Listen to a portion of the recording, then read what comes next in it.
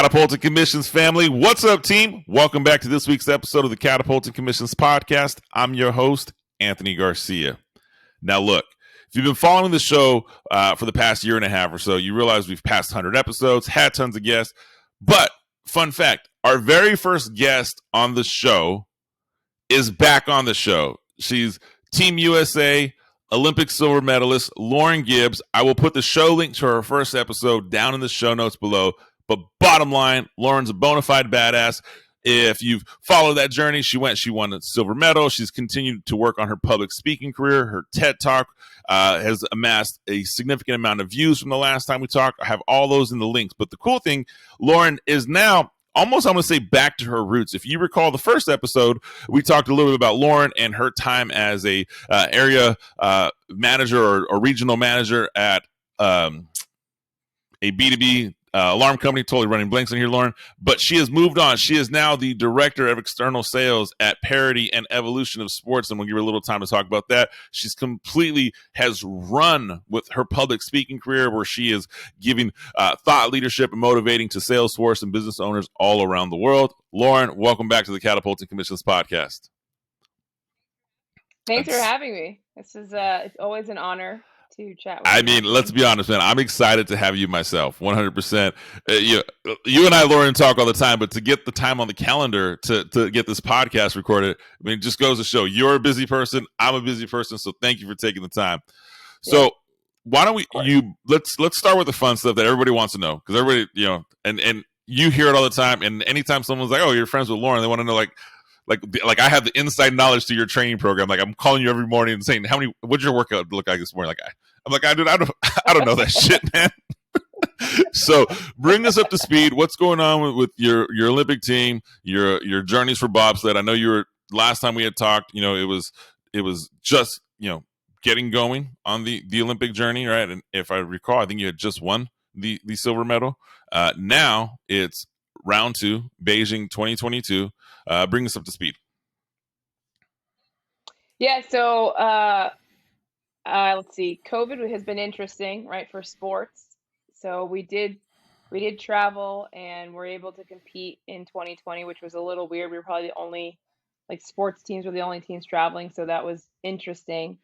I'm at the end of my career, like you mentioned, and last time we talked, I was kind of in the middle of it, in the thick of it, and so training looks a lot different. I'm 37 years old. I have a torn hip labrum in my right. That one's been diagnosed. The left one's probably torn too. And so it's definitely been a bit of an adjustment. It's just, you have to, when you're faced with adversity or things have to change. So it's interesting to see how it's all going to pan out, right? Because I felt like I was in control of my training and my body and, how I spent my time. And now, I've bought a house, I'm working full time, still have my own business on the side, and I'm training. And so it's just a different life that I'm living. One, kudos to you for going through all that perseverance. I mean, that alone, I mean, you're juggling multiple things, and let's not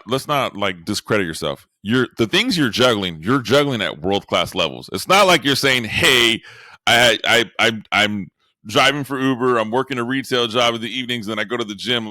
No, you are top tier in what you do. You're a director of sales. We're going to talk about your company job. Your speaking company, your consulting company's blowing up. And then you're let's be honest, you're training amongst the world's greatest athletes. And you're not amongst all your training, you are considered one of the world's greatest athletes in your sport. So don't discredit yourself. Just kind of balancing act. Things are a little different. And even if you're at the end of your career, which quote unquote, I don't want to say that you're at the end of your career. Let's speak positivity here. You're on what you would say is your last Olympic run. Fair enough. Yeah. I don't mean that in a negative way. It's been an incredible ride. It's just all good things have to come to an end, and I'm just ready to be excellent at other stuff now. Nice. That's all. And it's not a. Also, I've considered driving for Uber, because I love a good side hustle. Dude, I love it. No lie, I love a good side hustle too. Last night, someone introduced me to the website. What was it? Oh my goodness. StorageTreasures.com, which I have zero affiliation with, by the way. But it's completely online auctions for storage bins.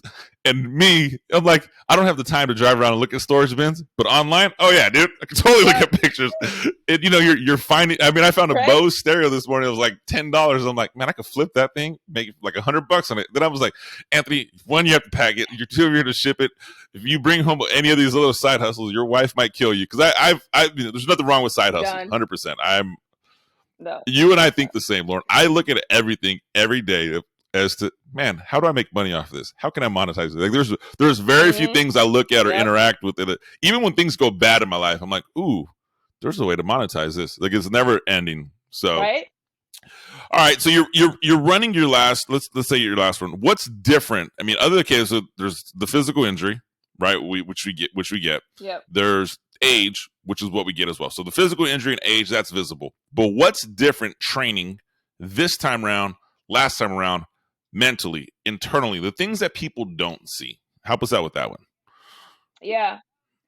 I think it's one thing to be trying to reach a certain level of greatness. And as we all know, there's a whole different mentality behind maintaining that level of greatness. Because you have to remember, you go from competing in the biggest competition that you'll ever compete in your entire life, the Olympics. And then you go back to, the everyday type competitions, which are World Cups, and they're still very important.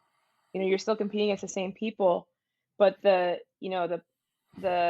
fanfare around it is different. The reward is different.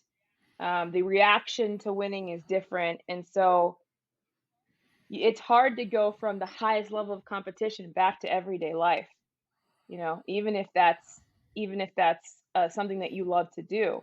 And that's a conversation that is all Olympians and Paralympians kind of go through. They call it the Olympic blues. It's just weird to go back to quote unquote normal life. And so the motivation is different. Before it was like, I have to reach this goal. I have to become an Olympian. And now I am one. And the thing with Olympians, it's never past, never former, once an Olympian, always Olympian. So whether I go to the next Olympics or not, technically my status doesn't change. I have the opportunity to win another medal and hopefully gold. But, you have to find different reasons for wanting to continue. And for me, it's just, I just want to see how good I could be. And whether that means I go back to the Olympics or not, like I want every little bit of my technique to look perfect. I want to be so consistent. I want to I want it, the muscle memory. I want to feel like any day I can step on that line and be excellent, And so for me, it's chasing something that isn't really going to change anything externally, but this is just for me, right? I'm doing this for me, and wanting to be able to say at the end of my career that I gave it everything I had. And when I had the opportunity, I took it, and I did the best I could with that opportunity, because that's really it, right? People talk about, what it means to be successful. It's identifying opportunities and then running with them, and then doing your best to, make the best out of that opportunity. So I'm not really answering specifics on like what my training looks like. If that's what you want to know, I can talk about that. I feel like that's I think the mindset-wise. mindset wise you're going on is kind of the direction. I mean, you mentioned things that you're pushing for. You mentioned that you want to give it your all. How many times, let's be honest, we're no BS, Lauren, how many times do you want to quit? Every day. Every day. Every single day. Why don't you quit? And who do you talk to not quit? I mean, because what you're sharing right now is, as you share that, and I do want to talk about the Olympic blues, because I think there's a lot that goes with that in business. But what you're sharing right now in that aspect of perseverance and working, we as sales professionals deal with that all the time. I mean, there's not a day when I'm glad you said you want to quit daily, because I would be like, there's not a week that goes by where I'm like, F this, I quit. I'm not dealing with this. I'm not dealing with the BS. I'm not dealing with the quotas. I'm not dealing with people. So all these things come to mind. And for you to say daily, how do you persevere? And fun fact, we're talking about two completely different things, but that mental impact is still there. So how do you get over that? I tell myself, if you're going to quit at the end of the day. So do the work that day. And then if you still want to quit at the end of the day, You can Fair quit. enough. I mean, I think that's Right. awesome. Like, you wake up, you might as well finish the day. Very true. Right? And that is the same with sales. Like, if you're gonna go out with one good last workout or go out with one good last sale. Very true. And then quit. But then it's also like, once you leave, it's a lot harder to come back. And I know if I wanted to walk out that door right now, I could. So I have the power to leave whenever I want. No one is keeping me here, right?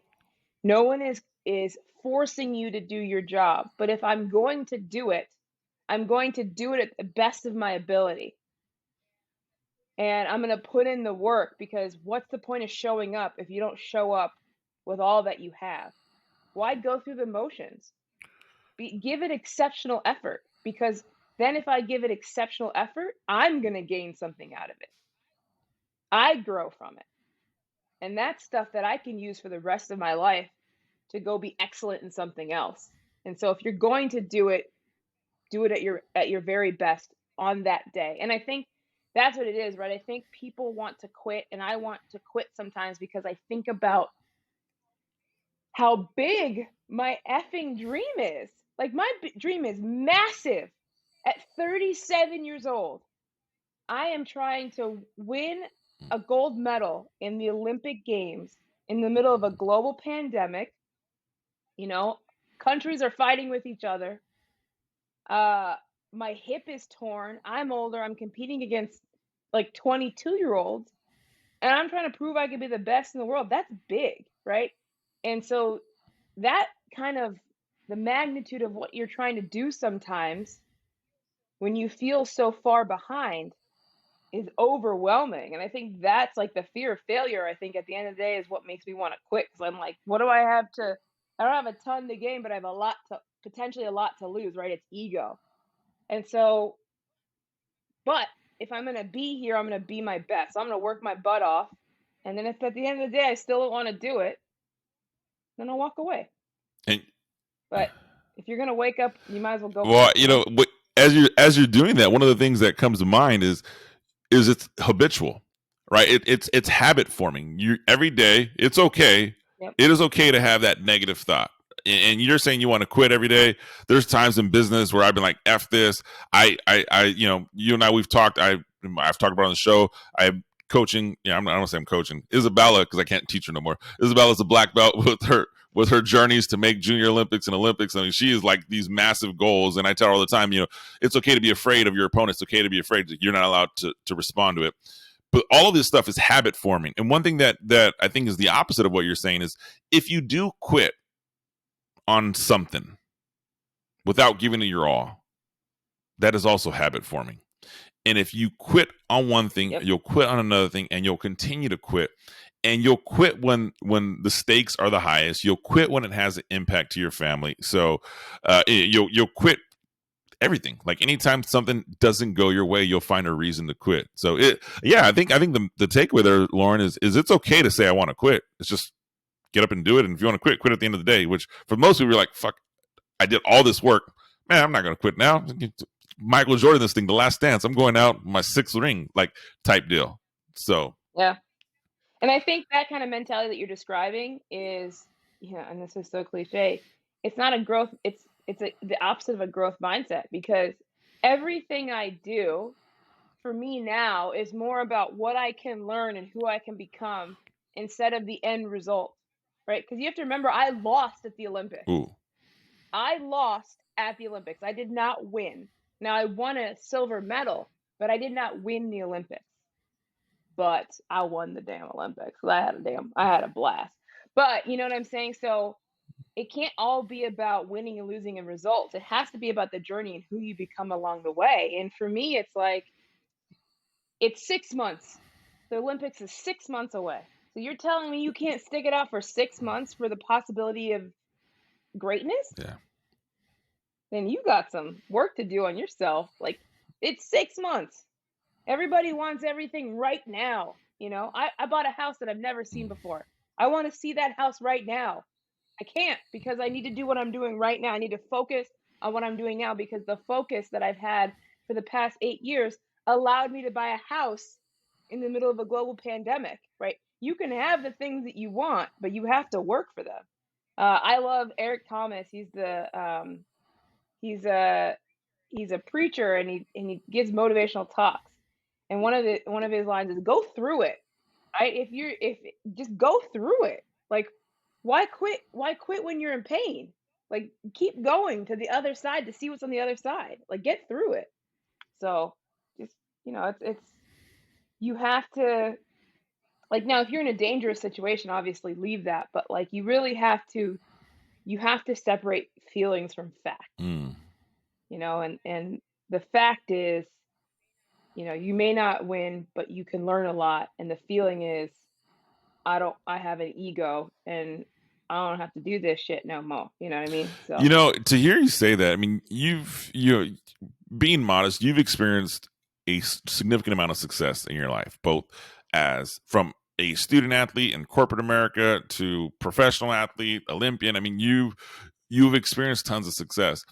As you grow in that experience of that success, I see there's more people that have that ego where it's like, I've done this, I don't need to do this anymore. It's like the equivalent to the sales rep that's been a tenured rep, killing it, doing well. Like, I don't have to forecast anymore. I don't have to do this anymore. I don't have to cold call anymore. I don't have to prospect anymore. Like, the moment that sense of entitlement comes in, I just think you're just jumping off a cliff. But both professionally, personally, financially, it's just it demoralizes and kills people.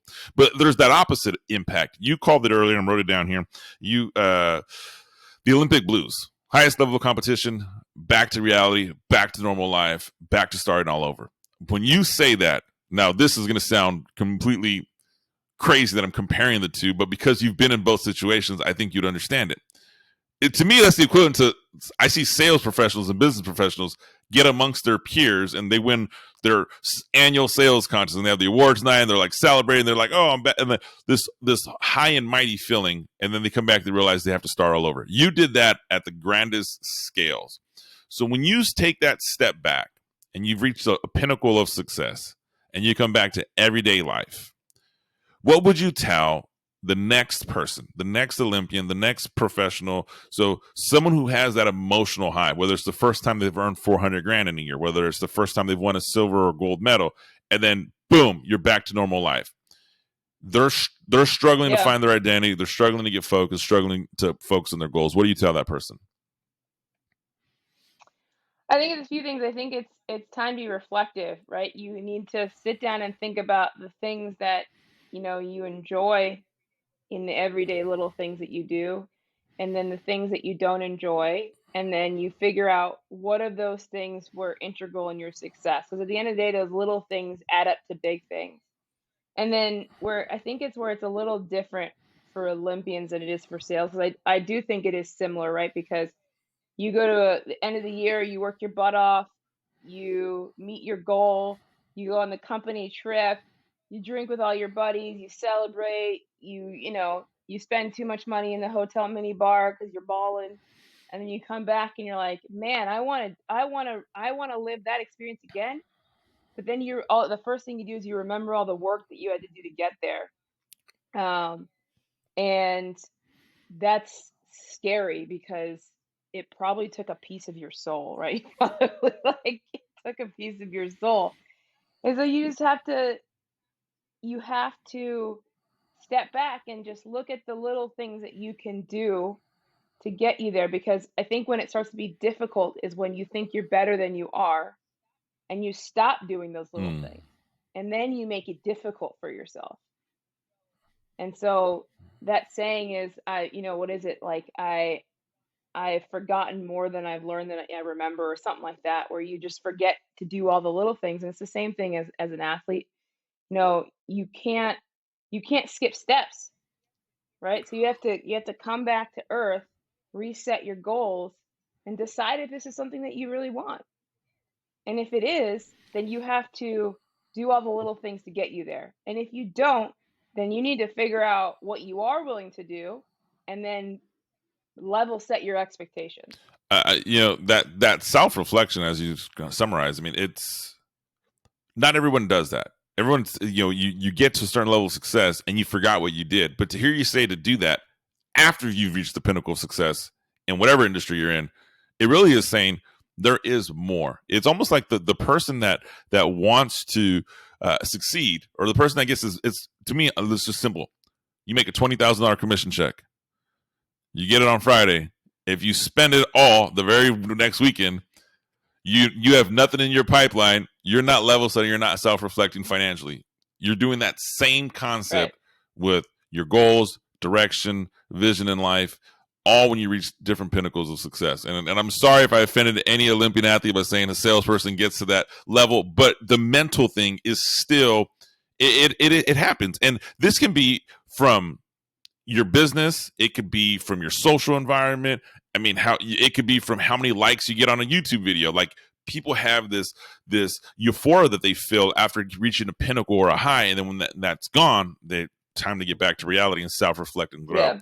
So let's change gears here a little bit, Lauren. So we completely wish you well wishes in your journey for 2022 Beijing Olympic gold. If you're there, the Catapulting Commissions team, which will be me and myself, probably I will be there with you, but we will be there cheering you on and supporting you on. If my better half can make it, she'll be there with us. But and then that's all COVID and all that other fun stuff. But let's talk something different. You are currently the director of external sales at Parity. I'll bring us up to speed. What's Parity? So Parity is an online platform for professional women athletes, and our mission is to improve the lives of athletes and their fans through knowledge and technology, and to close the pay gap in professional sports sponsorship. Currently, I don't know the statistics for 2021, but in 2020, statistic came out that $66 billion is spent annually on global sponsorship, and women capture about 0.4% of that. In 2020, Forbes released a list of the top 100 paid professional athletes, and there were only 2 women on that list. Naomi Osaka was number 29, and Serena Williams was number 33. And no offense to the rest of the athletes on that list, if you can make money as a professional athlete, do it. But there are some athletes on there that I've achieved more than. Really? Because they're coming right out of college, and they're just getting these massive endorsement deals, and none of them have ever been the best in the world at their sport. Well, not none of them. Some of them have never been the best in the world at their sport. But I also like struggle with the whole calling people world champions when it's a national championship. Like that's another conversation. That doesn't vibe with me. I think the same thing all the time. We call it the World Series of Baseball, and I'm like, not really, man. This is the U.S. Series of Baseball. Yeah, I don't know. I've seen us in the Olympics, and I've seen. Hey, sometimes we're not the best team, guys. I don't know what to tell you, man. I mean, so yeah, I struggle with that too when we call world championships. When I'm like, no, guys. Yeah. There's a whole world out there. All right, so you're the director of external sales. So are you, like, what exactly is that role? Are you recruiting athletes? Are you talking to sponsors? I mean, where do you fit in this picture? Yeah. So my role actually started as the director of internal sales and marketing, and that revolved around recruiting athletes, onboarding athletes, creating content, helping to create educational content for the athletes. And then the founders obviously knew that I had a sales background, and I was like, I don't know if I ever want to do sales again, but I knew I'd probably end up there because our company is growing so quickly. So Parity started recruiting athletes in June of 2020. We now have 625 pro women athletes on our platform that span 40 different sports. We have, I think, 160 Olympians and Paralympians, 60 plus mothers. They've self-selected into 20 plus causes that they care about. And then we started offering the opportunity to partner with brands probably in like January of 2021. And we've seen some incredible growth just in the last like 10 months. So we're crushing it. And then just like as a startup, everybody's got to do a little bit of everything. And so I've always said that if you need me to do something, I'll do it. for the good of the business. And so now I'm in sales. So my role now is I basically do presentations for brands to try and sell them packages so that we can pay pro women athletes. And so I help match brands with a group of athletes, of a group of women athletes, to activate around social media campaigns, to pay women and to promote and amplify brands that, are doing some good crap in the world and good shit in the world. Awesome. I mean, two Yeah. things. We could totally go down the startup route, but we can save that for episode 3 and 100 more episodes from now, because being in that startup route is you're a jack of all trades, and the growth Yeah. that I love when I get an employee from a startup, because they've done everything. And so when you're like, hey, this is your only job, they're like, oh, I'm going to excel at this. I don't have to do all this other stuff. But there's something to be said for someone always volunteering and saying, hey, I'll do this. I'll help grow. But your current role, quote unquote, your sale is you're selling companies to say, hey, I'm going to partner with Parity. I'm going to partner with this mission. I'm going to partner with this movement. When you're making this presentation, how many decision makers are you trying to influence? It really depends on the meeting. Like if the brand is super excited, they'll invite all the powers that be. And if they're not, or it just doesn't fit with people's schedule, they'll send like their social media manager, who then has to get approval. And so generally there's a social media manager, there's a head of marketing, there's a CFO. There's a lot of people, business development. There's a lot of people that end up being involved. And it also depends on the size of the company, right? We have Microsoft, which is our national technology partner. They're incredible partners, but obviously they're very big, right? We've done, we have DNA Vibe, who is our national partner for light therapy, recovery therapy for athletes and non-athletes. I think everybody's an athlete. So they're kind of like a small to medium-sized company. So it's a little bit, the sales cycle is a little bit shorter because you can get to the decision makers faster, and there's less people that have to make the decision in order to move forward. And so it just depends on the brand. It depends on the size of the brand. It depends on the size of the proposal. Okay. Which I think goes, every salesperson would say, hey, the amount of people I work, especially like an enterprise or complex B2B sale, there's more people involved in this process. Mm-hmm. So in your sales process, quote unquote, when you're creating this sales pitch, is this a one call close? Is this multiple presentations? It's usually multiple presentations. Okay. Yeah. It's usually follow-ups, and then proposals are sent out, and then refining the details of the proposal, and then getting the approval on the money, right? The money side. And then there's a close. And then after the close, there's a handoff to our content team that, is incredible and creates all the briefs and basically activates the campaign. In this process, how do you ensure that the person you're speaking to is going to be your advocate in the next step of the sales process? Yeah, that's a good one. I think, so for me, it's different, right? Like I am selling something that is easy to get excited about, right? So it's, for some people believe that women's sports aren't as exciting, or women athletes aren't as accomplished. I welcome them to compete with me against anything. Yeah, so come at me, bro. But I think it's doing a ton of research on who you're going to be speaking to and match them where they are. That's a big thing for me. Like I am very energetic, but you want to match the energy of the people that you're talking to. I think it's super important to allow your customer to talk, because I think as salespeople, the biggest mistake you can make is be so excited about the opportunity and the product you have to sell and knowing it's a perfect fit that you just railroad whoever you're talking to with information, and they never feel that like they have the opportunity to ask questions. Because if they have questions that you haven't answered at the end of your conversation, it makes it really hard for them to go confidently to the next phase and say, hey, I have a full understanding of what I'm trying to get you to sign off on. And so you try and give them all the tools. I always send over a copy of the information that we went over. And then I also offer like, hey, I don't want you to have to do this for me. So if you think this is a great fit, and if the people who make the decisions are open and willing, I'd be more than happy to represent this to them, or all of us get on a call and chat about this. Or if you're going to bring it up in your next team meeting, invite me for the first 5 or 10 minutes to be able to ask questions, because like everything I'm doing is done virtually. So I'm in upstate New York in Lake Placid, the Olympic Training Center, and people are all over the country. And so it's not like you can show up at their business, right? So I have to do a really darn good job of getting people excited, getting them to trust that, Parity is the company to help them execute some of their marketing goals, but also give them an opportunity to support women. And that it's worth the money, and it's worth them putting their time and energy to convince someone else to do it. No, you totally answered the question. I mean, I think you in the simplest world of sales, you're saying, okay, I'm going to ensure you're not left with any doubt.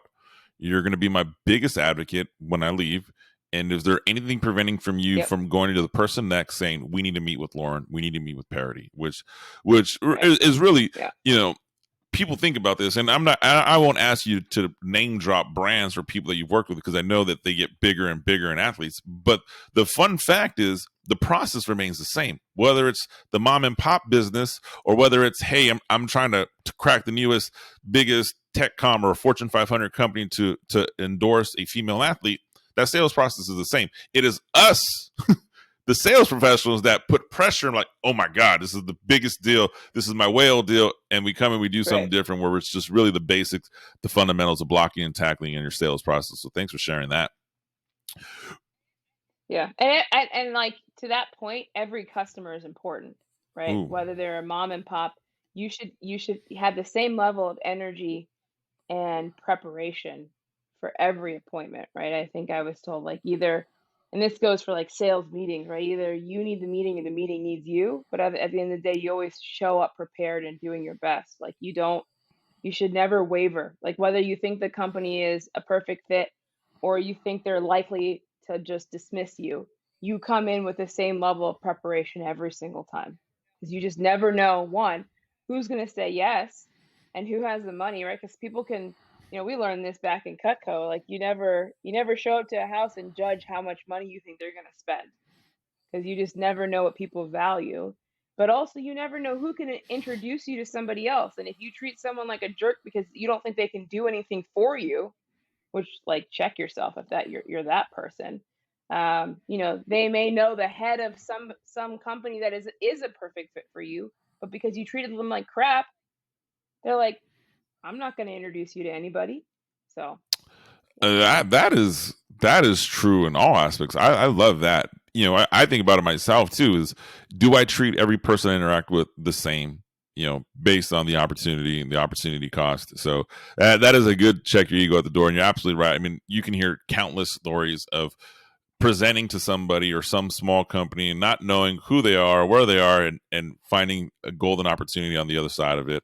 And that's, to me, that's just the universe saying, hey, keep doing the right thing, no matter who's watching, no matter, it's almost the equivalent. Like, would you do the nice thing if, I love people who do, like, pay it forward, buy the coffee behind you, but would you do it if you didn't promote it on social media? It's like always how I look at it. Like, just do it to get it done. So, and it's what you do when no one's watching that defines your character. And it's the same thing I was talking about in the athletic space. Like, I wake up every morning, I don't want to do this anymore, but I give my all, because you just don't know.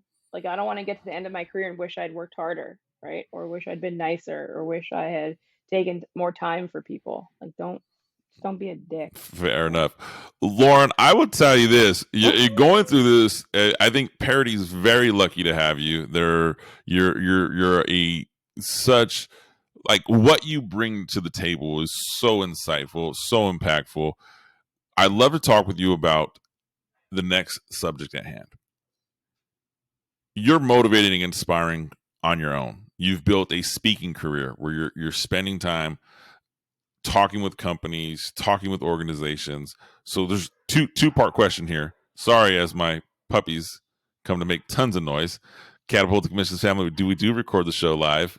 and I have 2 dogs. I have a Maltipoo and an English Bulldog. So they are, yeah, Hola. they're going bananas over here. But all right, fun dogs. Anyhow, so let's talk about your speaking career. So hold on. Andrew, we're gonna pause this here. We're gonna re-record. One of these little kids just came to pick up their car keys. So It's right on top of the cup. It's right on top of the cup.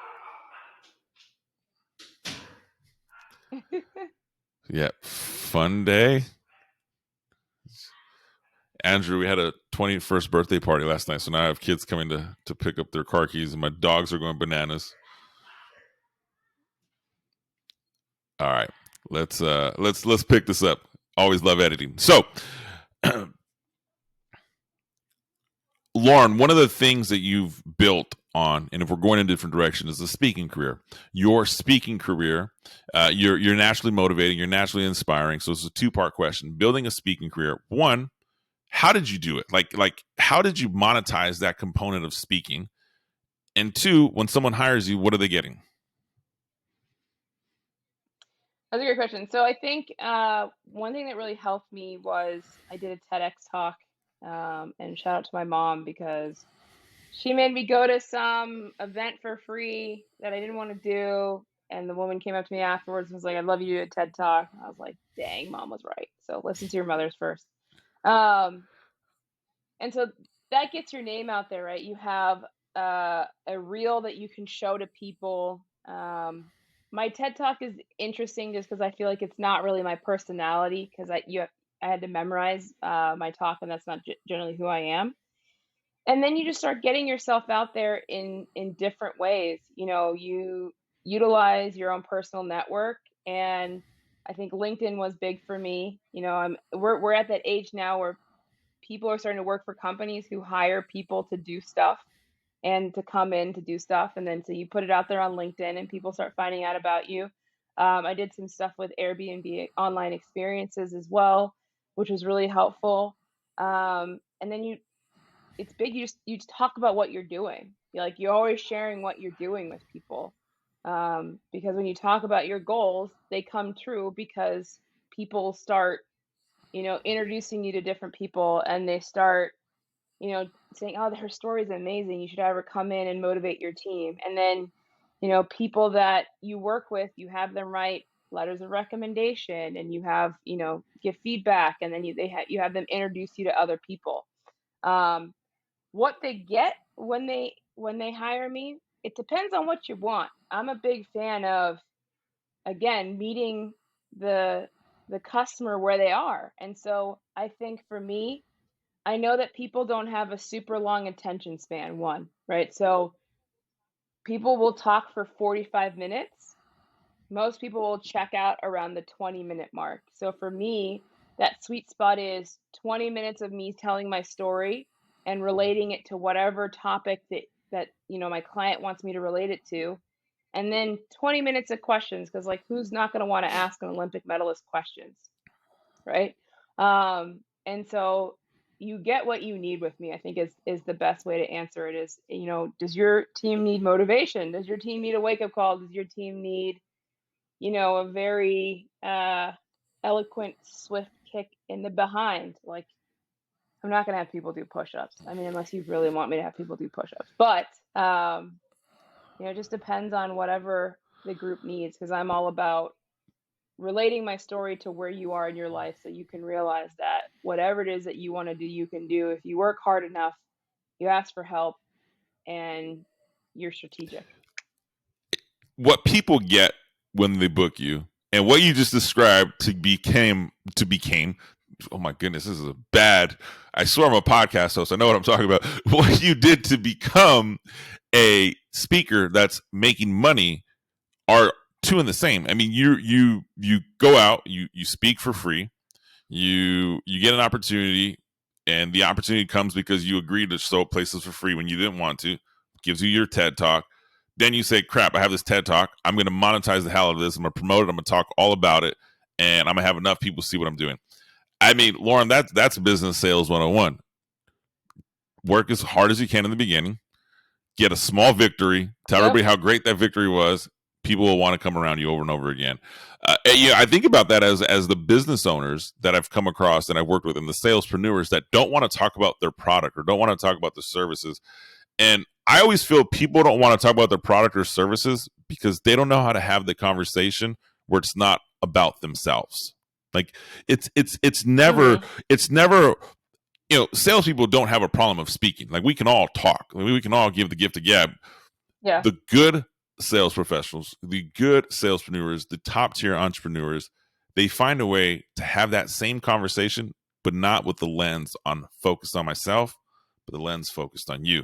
And, utilizing LinkedIn and all that strategy is, I mean, so impactful. What has been one of the, in building your speaking career, what has been one of those things where you've been like, oh, I didn't realize like the aha moment that you were like, hey, I can make some serious coin doing this. Like, let's just, I can monetize this at a level I didn't think to.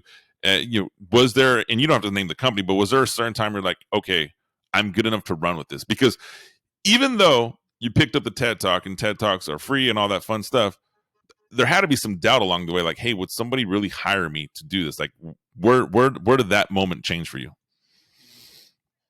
Yeah, because I'm basically like talking about myself, right? I'm telling my story, and then I'm pulling out nuggets from my story to give people takeaways. I think it hit me as I was at and this was still when we could do things in person. Oh, Remember that? I was at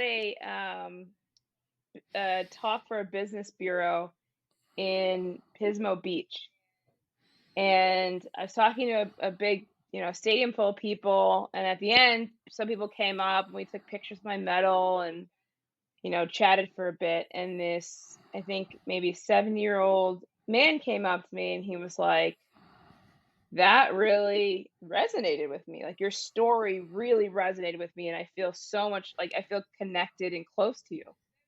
And this was a 70-year-old white man. And I'm looking at him, and he kind of smirked when he said that because he knew where I was going. I was like, sir, you're going to have to, give me a little more because, like, in societal terms, we couldn't be more different, right? Male, female, white, black, whatever. Not saying that people are all that different, but, like, you can appear to be very different and have very little in common. And so he said when he retired, he wasn't sure from his job. He'd worked at the same company for most of his life, most of his working life. And when he retired, he needed something to do, and he picked up woodworking, like sculpting and all that kind of stuff. And he said now he's a national champion woodworker, and he never knew that like that was his dream and his passion and something that he could invest in time in and get something out from, because that's my story essentially, right? It's I quit a 6-figure job to go follow a dream I never knew I had in a sport I'd never done. And so when that man was able to make the connection in his own life with my story, then I knew I had something. Also, I think as a speaker, a lot of times we try and give everybody everything in one conversation, in one talk. And really what people really need is to be reminded of the basics, right? There's so much value in the basics, the little things that people never see you do, the preparation, the thought process, the focus, just the little things that you don't even think about that got you to where you are now that you stopped doing. And I said this earlier. And so when I realized that most people aren't doing the basics or the little things, then I knew I could have a long career, because we can talk about the basics all day, and we can reinvent the basics, and we can, expand and expound on the basics all day long, and people will still get value from it. When you say the basics, I always think about what's basic to us is advanced to somebody else. Yeah. Yeah. I can't tell you how many times I have spoken with a new sales rep or a new client or someone who's asking me for something, and I sit, I'm like, oh boy, we're really gonna visit. And to me, this is so basic, but to them, it's so enlightening.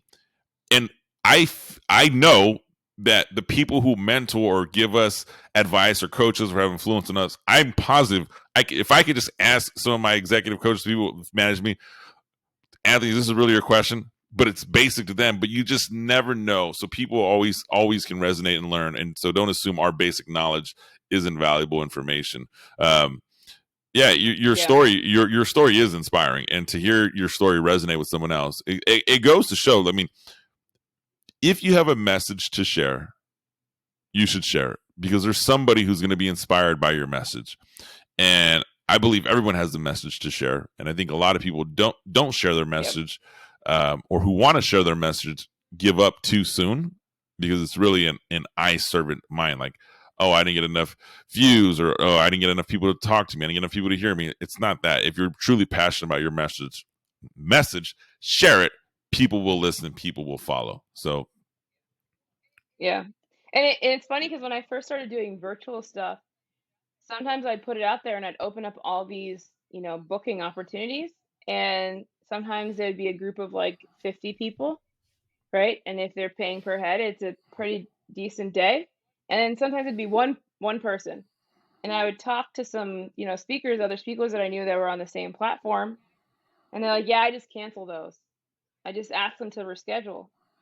And I'm like, why? They're like, well, it's not worth my time. I was like, how do you decide what's worth your time?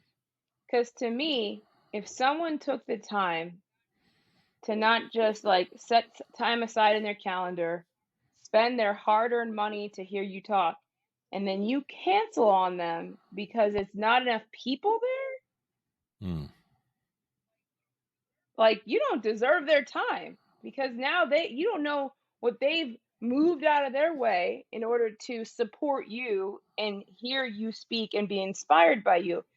And I'm telling you, I've gotten some of my best and biggest clients from my one-on-one speaking engagements, because it also gives you an opportunity to practice, be better, try new things, maybe take a different approach to it, like find a way to be more conversational, learn something from somebody that you can then utilize in another space in your life. And so I think that as a speaker, if you're doing it just because you like to hear the sound of your own voice, I'm not judging you. I just think that if you could really look at it as being a service to others and paying it forward, you'll get a lot farther in the speaking world and in life. Because I speak because I've been incredibly supported my entire life. I have this incredible family. I've been to some of the most amazing schools. I've had some great teammates and coaches. And because of the people around me, I've been able to do great things. And everybody should have that feeling of, I've reached a level of success and I'm proud of myself. Because I genuinely feel like if more people were proud of themselves and good with themselves, there'd be a lot less evil in the world, right? We wouldn't have to worry about who's sleeping with who and, what your religion is and all that stuff. You could just live in your own world and just be proud of yourself and excited to meet people who are different from you. And so this is my way of changing the world, is, hopefully helping people figure out what it is they're passionate about, and carve out time in their day, in their week, their month, their year to focus on it, so that they can be, content, satisfied humans that also want to do good in the world. Off self on purpose. I mean, I hate saying it because you and I grew. You and I. What's up, JP Arlene? You and I grew up with the same mentor. So as you're saying that, like, that is the exact epitome of off self on purpose. I mean, as you're saying that, you always get terrified as you grow older. Like, will I become my parents? And if you had a mentor, you're like, will I become my mentor? And as you're saying that, all I could think was like, ooh, this is totally what we talked about. Let's just say over 10 years ago, maybe closer to 20, whatever. We're not going to age ourselves. Long time ago. You're hearing that. We both have more hair. Still have more hair. Yeah, definitely have more hair. But off self on purpose, that's the epitome of that. As you're sharing that story, I think of Kobe Bryant. One of the things that Kobe Bryant had shared was that the reason he played so hard every game, it didn't matter if they were in playoff contention or not. It didn't matter if he wasn't feeling good or not. The reason he played so hard, and I read an article where he had made the statement. He said, "There's somebody sitting in the last row that spent a lot of money to come out today to watch us play. They came out to see me play. They deserve my best effort." And you know, and if you think about it, right? I mean, I remember buying tickets in my younger days to go see, you know, some of these professional athletes sitting in the last row because that's all I can afford. And you're like, man, you're absolutely right. People did put them stuff. So when it comes in the world of speaking, delivering, and showing up and running your business in a virtual world, if one person shows up, man, that one person deserves the best version of yourself. Because if you think you can show up and do it when there's 100 people or 1,000 people or 10,000 people, and you haven't done the onesies, twosies, you got something else coming for you. So I actually like the onesies, twosies, because those are they can be challenging. Because let's say you get a one-person speaking engagement, like virtual speaking engagement, or you're coaching somebody, and they have a completely flat affect, right? And you have no idea if any of that stuff is landing. And I've had this experience in smaller groups, because I remember I did some work with a hotel group, and they had like their national conference, and they just kind of rotated through groups. And I feed off the crowd, right? I like people to laugh at my jokes, and I like people to, like, you know, emotion. But I remember there was this one guy who was just sitting there like this the whole time, just kind of like completely stone-faced. And at the end of it, he was the first person to ask a question. He was like, I got so much out of that, you know? And that was another thing that I realized, like, this isn't about me. Like, I enjoy people laughing at my jokes, but like, it should be about what people are taking away from their time with me. Like, how do they feel? Like that saying is, people won't remember what you said, but they'll always remember how you made them feel. Like, how do they feel leaving our conversation? Do they feel better about themselves? Do they feel like, you know, I just met this Olympian and she's a genetic freak and I can never do what she can do, because basically all I did was talk about how I'm extraordinary and cool. So now I just feel worse about myself because I met this incredible human and it just reminds me of all of my shortcomings. Or is it, hey, I just met this woman who, like, if obviously she's a genetic freak, but like, not everything is easy for her, and it took her time to figure out what she was passionate about, and along the way she failed over and over again, but found a great support system, worked really hard, and figured it out over time. Like, that's valuable. Like, you know, as a speaker, I really hope, you know, people that are out there speaking are there to speak to help others, and not just to make money. The money's great, but you know, what I get the most out of it is when people are like, I made some changes in my life. That's really damn cool. Like, well, I'll tell you this, Lauren, your mission, your message should be heard, needs to be heard, because you are inspiring people to make change. You're inspiring people to give the best version of themselves in whatever they do. And I'm proud to know you. I'm proud that we are friends. We are best friends. We've been in each other's lives for nearly 20 years. So we'll just age ourselves here. But yeah, it's pretty old, right? But with all honesty, I mean, to hear the level of success that you're growing in and to still want to give back, take all the awards and accolades out. Like, you are a messenger. That you're a messenger, like you have a purpose and you're sharing it over and over again. So I'm glad you're using your platform. Thank you for sharing your time on the Catapulting Commissions platform. We love having you on the show, talking about your journey. We're wishing you luck 2022 Beijing Winter Olympics, Lauren Gibbs. We will be cheering and rooting you on. Lauren, I got a question for you. How does the Catapulting Commissions family follow your journey? How do they learn more about you? What are all the social media? Where can they find you? Yeah, so I'm on Instagram and Whoop, TikTok. whoop. I actually went viral on TikTok.